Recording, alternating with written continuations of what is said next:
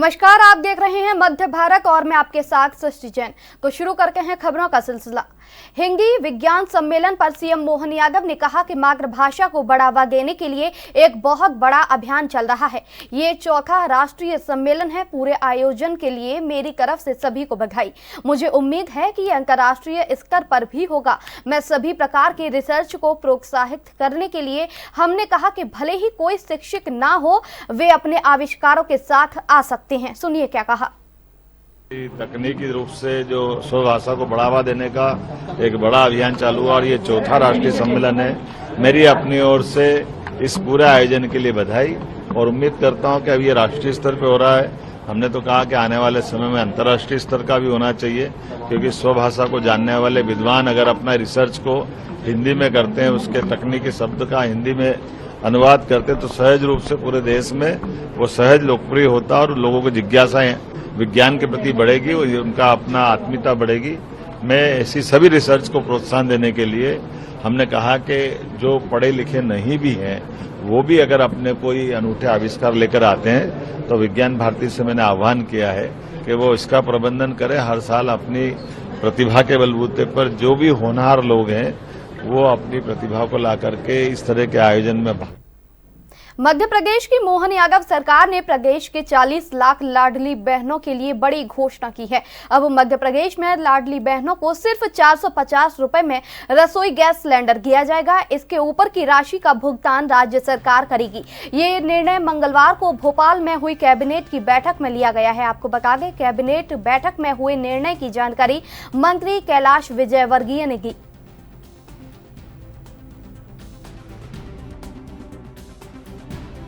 भारत बनाने में राज्यों का योगदान बड़ा महत्वपूर्ण है और इसलिए जितनी भी कल्याणकारी योजना है, विशेषकर गरीबी उन्मूलन की, उसके ऊपर राज्य सरकारें बहुत अच्छी तरीके से काम करें, जिससे कि विकसित भारत का हमारा सपना है वो जल्दी पूरा हो सके। मुझे आज ये कहते हुए बहुत प्रसन्नता है कि काफ़ी दिनों से यह बात की जाती थी कि स्वास्थ्य के क्षेत्र में आयुष विभाग वह हर जिले में काम नहीं कर रहा है। कुछ सिलेक्टेड डिस्ट्रिक्ट थे जहां पर काम होते थे। आज कैबिनेट ने निर्णय लिया है कि सभी जिलों में आयुष योजना के अंतर्गत जो हमारी विधाएं हैं उसके माध्यम से मरीजों को लाभ मिल सके। और इसके लिए जहां पर आयुष की सुविधाएं नहीं है वहां अगर बजट की आवश्यकता होगी तो बजट का प्रावधान भी हमने किया है। लगभग 19 करोड़ से ज़्यादा का बजट आज कैबिनेट में। एक और सक्षम आंगनवाड़ी पोषण योजना जो हमारी, उसके अंतर्गत आंगनवाड़ी में काम करने वाली जितने भी हमारी बहनें हैं उनके लिए आज एक महत्वपूर्ण निर्णय लिया गया। प्रधानमंत्री बीमा योजना, विशेषकर प्रधानमंत्री जीवन ज्योति बीमा योजना व प्रधानमंत्री सुरक्षा बीमा योजना, इसके अंतर्गत सभी बहनों को कवर किया जाएगा। इसकी लगने वाले प्रीमियम राज्य सरकार वहन करेगी। और इससे आप जानते हैं कि जीवन ज्योति योजना के अंतर्गत यदि किसी बहन के साथ कोई ऐसी घटना हो जाए जिससे वो उनका जीवन समाप्त हो जाए या विकलांग हो जाए तो उनको 2 लाख रुपए का जीवन बीमा मिलेगा। उसी प्रकार प्रधानमंत्री सुरक्षा योजना के अंतर्गत भी 1 लाख रुपए विकलांग होने पर, 2 लाख रुपए मृत्यु होने पर ये सुविधा का लाभ मिलेगा। इसका प्रीमियम राज्य सरकार भरेगी और इसमें लगभग 97,324 बहनों को प्रदेश भर के इसका लाभ देने का निर्णय लिया है। मंत्री विश्वास कैलाश सारंग ने शुरू की नई पहल। नई पीढ़ी के स्पोर्ट्स से जोड़ने के लिए स्पोर्ट्स इंफ्रास्ट्रक्चर विजिट प्रोग्राम की शुरुआत की गई है। तो वहीं आज युवाओं और बच्चों को खेलों से जोड़ने के लिए मंत्री सारंग ने टीटी नगर स्टेडियम में स्कूली बच्चों को भ्रमण करवाया। इस दौरान सारंग ने कहा कि स्टेडियम के भ्रमण करवाने से खेलों के प्रति बच्चे और आकर्षित होंगे। इसके अलावा खेलों में भी उनकी रुचि बढ़ेगी।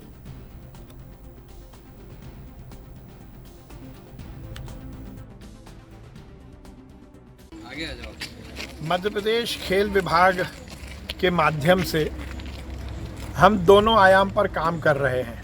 एक तो जो हमारे खिलाड़ी हैं वो उत्कृष्ट खिलाड़ी बने, वो इंटरनेशनल और नेशनल प्रतियोगिता में मध्य प्रदेश का और देश का नाम रोशन करें, पर उसके साथ साथ खिलाड़ी भी बने, युवा खेल के प्रति जागरूक हों, स्कूल के बच्चे, कॉलेज के बच्चे खेल मैदान से जुड़ें।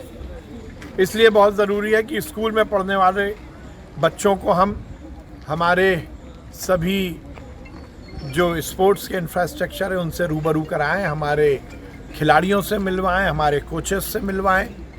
इसलिए हमने ये नए प्रोग्राम की शुरुआत की है जिसमें हम युवाओं को खेल के मैदान के प्रति आकर्षित करने के लिए और उनको जोड़ने के लिए अलग अलग स्कूल, अलग अलग कॉलेजेस के टूर प्रोग्राम हमारे स्टेडियम्स में, हमारे जो स्पोर्ट्स के इंफ्रास्ट्रक्चर हैं उसमें आयोजित कर रहे हैं, जिसके माध्यम से हम युवाओं में खेल के प्रति और आकर्षण पैदा हो। लोकसभा में केंद्रीय कृषि मंत्री शिवराज सिंह चौहान ने कहा कि सरकार किसानों के कल्याण के लिए पूरी तरह से प्रतिबद्ध है। जहां तक किसानों के कल्याण की बात है, ये प्रधानमंत्री नरेंद्र मोदी के नेतृत्व वाली सरकार है। आपकी यूपीए की सरकार के दौरान 2006 में स्वामीनाथन रिपोर्ट आई थी। इसमें कहा गया था कि किसानों की लागत में 50 लाभ जोड़कर एमएसपी तय किया जाए, लेकिन इनकी सरकार ने इससे इनकार कर दिया। गए थे हरिभजन को औटन लगे कपास। इस प्रश्न का मजाक नहीं है, ये इस प्रश्न से संबंधित नहीं है। फिर भी माननीय अध्यक्ष महोदय, मैं ये कहना चाहता हूं। माननीय मंत्री जी जवाब दे रहे हैं। माननीय अध्यक्ष महोदय, मैं दृढ़ता के साथ कहना चाहता हूं, किसान कल्याण के लिए सरकार पूरी तरह से प्रतिबद्ध है, पूरी तरह से प्रतिबद्ध। और जहां तक आप बात कर रहे हैं किसान के कल्याण, ये प्रधानमंत्री नरेंद्र मोदी जी के नेतृत्व की सरकार है। आपके समय, माननीय अध्यक्ष महोदय, आपके समय स्वामीनाथन आयोग की रिपोर्ट आई थी 2006 में, और उस रिपोर्ट में यह कहा गया था कि किसानों की लागत में 50% लाभ जोड़कर मिनिमम सपोर्ट प्राइस तय किया जाए। इनकी सरकार ने इनकार कर दिया था माननीय अध्यक्ष महोदय कि नहीं किया जा सकता, इनकार कर दिया। मेरे पास दस्तावेज है माननीय अध्यक्ष महोदय, ये कैबिनेट नोट जो मैंने राज्यसभा के पटल पर रखा था, इनने माननीय अध्यक्ष महोदय साफ इनकार किया। इनके मंत्री कांतिलाल भूरिया थे, उन्होंने कहा कि 50% मुनाफा जोड़कर नहीं दिया जा सकता। आदरणीय शरद पवार जी कृषि मंत्री थे, उन्होंने भी कहा कि नहीं दिया जा सकता। और माननीय अध्यक्ष महोदय थॉमस साहब ने भी कहा नहीं दिया जा सकता। ये कैबिनेट नोट इनकी सरकार का, जिसमें इन्होंने कहा था एमएसपी उत्पादन की भारित औसत लागत कम से कम 50% होना चाहिए। इनका 50% की वृद्धि निर्धारित करने से मंडी में विकृति आ जाएगी और ये किसी कीमत पर नहीं दिया जा सकता। दिल्ली में कोचिंग हादसे के बाद मध्य प्रदेश भोपाल में सुरक्षा की दृष्टि से सभी कोचिंग संस्थानों का सामूहिक निरीक्षण किया जा रहा है। ये बात आज एसीपी अक्षय चौधरी ने कही। इसके साथ ही उन्होंने ये भी कहा कि निरीक्षण के दौरान जो भी अनियमितता पाई जाएगी उसके हिसाब से कार्रवाई भी की जाएगी। एसडीएम और पुलिस के साथ मिलकर सभी मापदंडों के अनुसार सुरक्षा की जाँच कर रही है। दिल्ली में हुई दुखद घटना के मद्देनजर माननीय मुख्यमंत्री महोदय के निर्देशानुसार कलेक्टर साहब के आदेश पर हम लोगों ने ये कार्रवाई की है। बेसमेंट में यहाँ पर वर्तमान में तो कोई क्लास संचालित होना नहीं पाएगी, लेकिन बेसमेंट में ऐसा प्रतीत हुआ हमें कि कभी इसको इस्तेमाल किया जा सकता है, तो हमने उसको सील कर दिया ताकि भविष्य में किसी भी दुर्घटना की आशंका से बचा जा सके। कौन सी एकेडमी थी सर? क्या औरस, कौन से छात्र पढ़ते, कौन सी क्या कोचिंग पढ़ते? औरस एकेडमी है, इसको हमने बंद किया है। सर अभी और भी एकेडमी को आप सर्च कर रहे हैं जो कोचिंग संचालन कर रहे हैं? कॉटिल एकेडमी में भी चूंकि हमने देखा कि प्राइमा फेसी वो बेसमेंट में ही क्लासेस संचालित हो रही थी, वहाँ हम पहुंचे तो वहाँ ऑलरेडी ताला बंद था, हमने उसको सील कर दिया है और इस तरह की सारी कोचिंग संस्थानों पर नियम विरुद्ध यदि हमको वहाँ कुछ मिलता है तो हम सख्त कार्रवाई करेंगे। अभी 2 अकेडमियों पर आपने अभी 2 अकेडमियों पर तो अभी आप लगातार ये कार्रवाई जारी रहेगी। जो भी मिले कार्रवाई करेंगे। बिल्कुल कार्रवाई जारी अभी रहेगी। तक किस तरह की कार्रवाई पर क्या सील किया जाएगा, उसके बाद क्या? अभी तो ये बेसमेंट हम सील करेंगे, उसके बाद जांच होगी। जांच में और बहुत सारे बिंदुओं को हम शामिल कर रहे हैं, उसके बाद नियमानुसार कार्रवाई की जाएगी। प्रतिवेदन भी हम प्रेषित करेंगे राज्य शासन को। सुरक्षा के मापदंडों का आकलन हेतु समस्त कोचिंग इंस्टीट्यूट आदि की सामूहिक निरीक्षण किया जा रहा है, जिसमें जैसा भी जो भी अनियमितता पाई जाएंगी उस हिसाब कार्रवाई का योजना बनाई है। एसडीएम महोदय और साथ में पुलिस बल दोनों मिलके और फायर के भी यहाँ पे कर्मचारी सम्मिलित हैं, तो सभी मापदंडों के अनुसार सुरक्षा की चेकिंग है। जिला प्रशासन और आप लोग क्या चेक कर रहे हैं, क्या मापदंड? इसमें बच्चों की सुरक्षा के प्रति फायर और ये जैसे बाढ़ आदि की स्थिति बनती है तो उसके संबंध में परिसर सुरक्षित है या नहीं उसके। इंदौर नगर निगम का वर्ष 2024-25 का बजट महापौर ने पेश कर दिया है। इस बार बजट में वाटर टैक्स में 100 रुपए बढ़ाए गए हैं। इसके साथ ही कचरा शुल्क भी बढ़ाया गया है। शहर में कोचिंग जाने वाले विद्यार्थियों के लिए सिटी बस में 25% की रद्दी के साथ ही छूट भी दी जाएगी। बजट भाषण के पहले ही काले कपड़े पहनकर आए पार्षदों ने निगम में हो रहे घोटाले को लेकर विरोध प्रदर्शन किया है।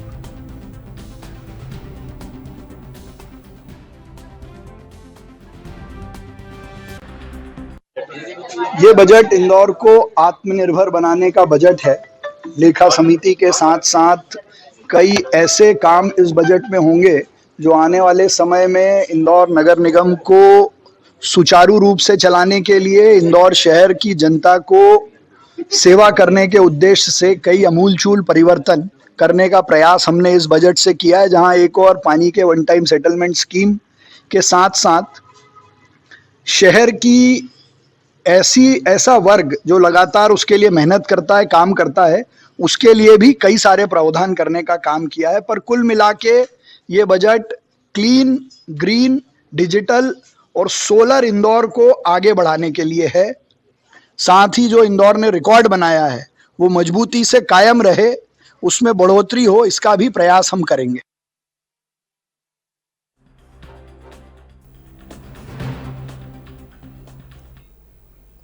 अंबिकापुर के मेडिकल कॉलेज अस्पताल में पदस्थ डॉक्टर अभिजीत जैन के साथ पुरानी मर्सिडीज कार लेने के लिए एवज में 48 लाख रुपए की ठगी हो गई है। दरअसल ये पूरा मामला सन 1920 का है, आपको बता दें, माफ कीजिएगा 2020 का है।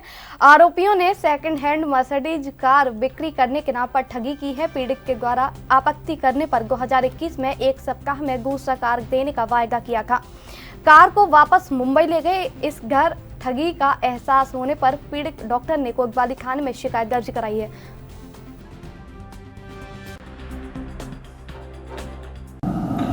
ये बात है जुलाई 2020 की, जब मैंने प्री ओन मर्सिडीज बॉम्बे के एक डीलर जो एसएच ऑटो डील वहाँ उनका है कांदीवली मुंबई में, उनसे संपर्क करके मैंने एक जीएलई अपने लिए बुक की थी, जो उन्होंने यहाँ पर अगस्त में लाके मुझे दे दी थी। लेकिन प्री ओन्ड होने की वजह से उसमें कुछ टेक्निकल इश्यूज आ रहे थे, तो उनसे दोबारा संपर्क करने पर उन्होंने बोला कि हम आपको और अपग्रेडेड वर्जन देंगे। इनिशियली वो गाड़ी मैंने 32 लाख में ली थी, उसके बाद उन्होंने बोला कि इसमें 16 लाख रुपए और अपग्रेड करके आप इससे बेटर वर्जन ले सकते हैं, जब तक आप ये गाड़ी चलाते रहिए, और फिर हम उसको जैसी हमारे पास कोई अच्छी कंडीशन वाली गाड़ी आती है हम आपको ला करके दे देंगे। इस बीच में सितंबर में मैंने फिर उनको 11 लाख रुपए का अमाउंट अकाउंट से ट्रांसफ़र किया सेंट्रल बैंक से, और वो गाड़ी चलाते रहा। फिर वो फरवरी 2021 में यहाँ पर अंबिकापुर आए और यहाँ पर घर आकर के उस गाड़ी को ले जा करके बोले कि कुछ दिनों में आपको जो इसका अपग्रेडेड वर्जन है हम आपको यहाँ पर ला करके दे देंगे। जाने के बाद जब उनसे संपर्क किया गया तो कहीं कोविड का बहाना, कहीं दुबई जाने का बहाना, और भी ऐसे कुछ रीजंस बता करके समय व्यतीत होते रहा। मैंने कहा फिर कि मुझे वो पुरानी गाड़ी ही ला करके दे दीजिए जो आप ले गए हैं, तो उन्होंने कहा कि नहीं, वो गाड़ी ड्राउनिंग वाली है, मतलब डूब की गाड़ी है, तो वो गाड़ी तो सेफ़ नहीं है आपके लिए, हम आपको अच्छी गाड़ी देंगे। और इस तरीके से वो समय टालते रहे।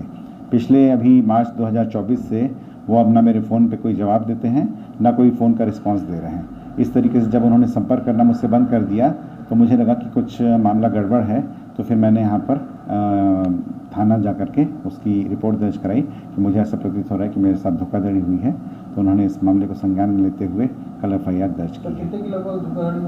ये टोटल अमाउंट जो उसको दिया गया है वो लगभग 48 लाख रुपए है।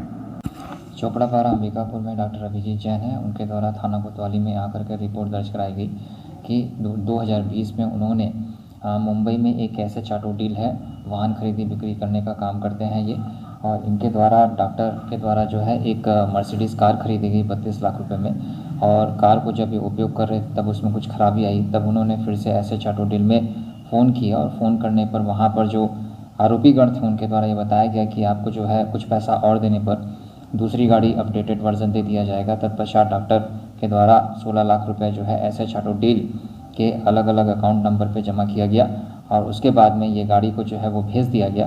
तत्पश्चात उनके द्वारा ना तो दूसरी गाड़ी दिया गया और ना ही पैसा वापस किया गया, और तब डॉक्टर अभिजीत जैन के द्वारा थाना कोतवाली में आकर के रिपोर्ट दर्ज किया गया। कोतवाली पुलिस ने इसमें 420-34 में जो है मामला कायम करके विवेचना में लिया है।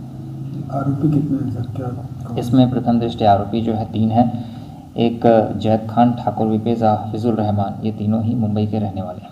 पकड़ के लिए क्या करें? पकड़ के लिए अलग अलग माध्यमों से पतासाजी की जा रही है, जिसमें जल्दी टीम रवाना की जाएगी।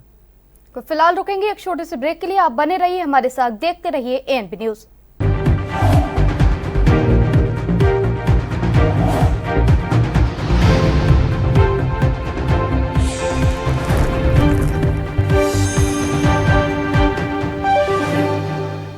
तो ब्रेक के बाद एक बार फिर से आप सभी का स्वागत है। झारखंड के जमशेदपुर में मंगलवार सुबह करीब 4 बजे मुंबई हावड़ा मेल पहले से डिरेल हुई और मालगाड़ी से जाकर टकरा गई, जिसके बाद मेल के 18 बोगियां पटरी से उतर गई। हादसे में 2 लोगों की मौत की सूचना सामने आई है, जबकि 20 से ज्यादा लोग घायल बताए जा रहे हैं। इस घटना पर डिप्टी सीएम अरुण साव ने कहा, बहुत दुखद घटना है।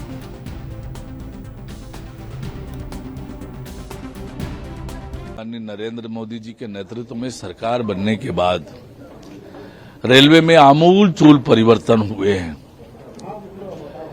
पूर्व में हम देखा करते थे कि बहुत बड़ी बड़ी दुर्घटनाएं होती थी। आज न केवल उसकी संख्या और घटनाओं का अमाउंट भी छोटा हुआ है, पर छोटी भी दुर्घटना दुर्भाग्यजनक है।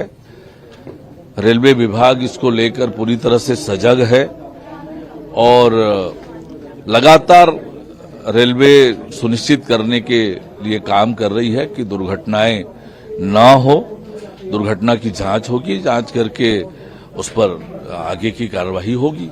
सर, राहुल गांधी लोकसभा में कह रहे हैं कि देश आज कमल के चक्रव्यूह में फंसा हुआ। देखिए, ये राहुल गांधी के बयान जिस प्रकार से आ रहे हैं,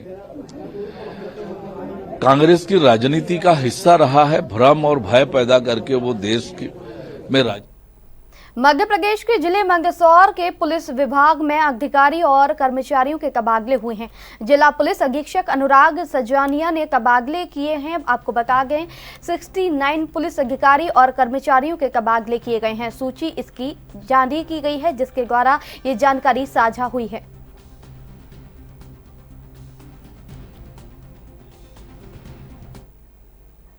मध्य प्रदेश के बुधनी में थाना अंतर्गत शाहगंज में युवक के साथ बेरहमी से पीटने का मामला सामने आया है, जहां एक युवक को कुछ लोग एक साथ मिलकर जमकर मारपीट कर रहे हैं, जिसका वीडियो सोशल मीडिया पर जमकर वायरल हो रहा है। मवेशी लाने की बात को लेकर ये मारपीट हुई है। आपको बता दें, फिलहाल पुलिस इस पूरे मामले की जांच कर रही है। शुरुआती जांच में पाया गया कि ये वीडियो 2 दिन पुराना है। पुलिस संदिग्ध 4 लोगों को पूछताछ के लिए ले गई है, जिनसे अभी पूछताछ जारी है।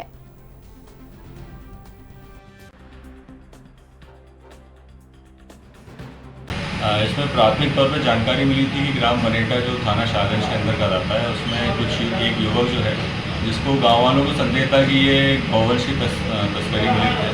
तो उस कंफ्यूजन में, उस संदेह के आधार पर गाँव वालों ने उस लड़के के साथ मारपीट की, और जब ये पूरी जो जानकारी थी झूठी पाई गई है और जो भी लड़के मारपीट कर रहे थे उस वीडियो में जो भी दिख रहे थे, उनके विरुद्ध एफआईआर पंजीकृत कर ली गई है एवं थाना प्रभारी के माध्यम से प्रतिबंधात्मक कार्रवाई भी की गई है। और लोगों से ये समझाइश और अपील भी की गई है कि गौवंश एक बहुत ही संवेदनशील मामला है, इसमें किसी भी भ्रामक जानकारी के तहत अपन कोई भी ऐसा कदम ना उठाएं। इसलिए कानून के विपरीत हो, कोई भी जानकारी मिलती है तो तुरंत थाने को सूचना दें, थाना अपनी आवश्यकता अनुसार कार्रवाई करेगा। सर, जो वीडियो में युवक दिख रहे हैं जो मार रहे हैं, इन पर पहले भी कोई मामला दर्ज हुआ है क्या बुधनी क्षेत्र में? इनका आपराधिक रिकॉर्ड निकलवाया जा रहा है और ये ऐसा हुआ तो उसमें और प्रतिबंधात्मक।